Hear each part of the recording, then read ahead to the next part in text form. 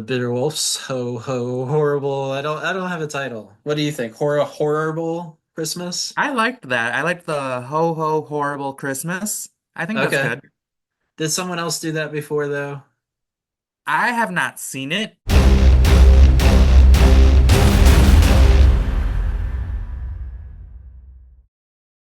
Hi everyone, my name is Lauren Spear. So my name's Ian Austin. I am Critic After Dark. Hi, I'm Ruby Tombstay. My name is Devon Taylor. I am Ken Sledge. And I'm Ashley Sledge. And I am director of the batch of movies, the most horizontally horrifying horror movies of the 2020s. Sometimes it's like, go as basic as you possibly can and then really milk the moments. I'm the host of the Ruby Tombstay Horror Show. But it has a great poster like Jack Frost. I have just over 8,000 Blu-rays and 4Ks. Yeah, Spectre Cinema Club, that's my baby podcast. So when I pull them all off the wall, it's my whole living room. Or if anybody watches hasn't seen it, it's my so favorite good. movie to come out. That's a good psychological horror. Yeah. Growing up, horror was just not a thing that was allowed to happen in the house. Jack Frost is the one. And so I can color things with both of my hands at the same time. No, you can't compare a slasher to an aquatic horror movie. They're just different. They're working very hard to keep the corpses of old things alive instead of birthing new children that can live and grow. But that's just an excuse to justify how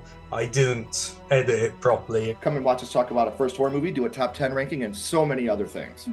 Horrorfam.com. So a deep, abiding love for the Universal Monsters. I just remember at a certain time they would play all the movies that I wasn't supposed to be watching. So And the movies are never as good as the descriptions, but descriptions are amazing. Our first date was to go see War of the Worlds. Me thinking of, a 55-year-old, 60-year-old person just being like, ooh, I love Demi Moore. Let me go check out The Substance, and then stumble into that. Like, the idea of that, brings me so much joy. Our slogan is making horror friendly. oh man, is it a masterpiece? Yeah. Horror fans just love weird stuff. I love Halloween. I love the Halloween franchise, and he craps on me for it all the time. I'm sort of bubbly on the outside, but very goth on the inside. That I want to be scared. I would love to feel that way. I watched a silent film for the first time a couple of years ago, and it blew my mind. I always think of myself as a werewolf versus a vampire. I think being a vampire would suck. I'm over you. In this sequence, if you shake the camera as this thing hits, it becomes more impactful. So the fact that we had so many trauma movies sitting on the shelves still boggles my mind.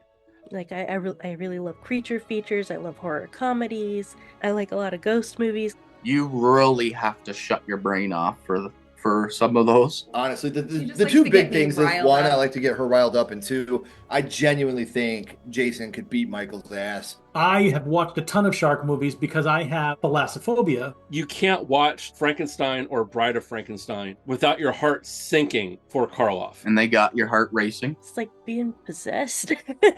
It just happens. When you're this interested in horror, you really start to sort of like knit in and you meet really cool other people that are in that same level of interest and intensity. Well, that was a movie I watched. Like Yes. it's burned into my brain. I was left very entertained nonetheless.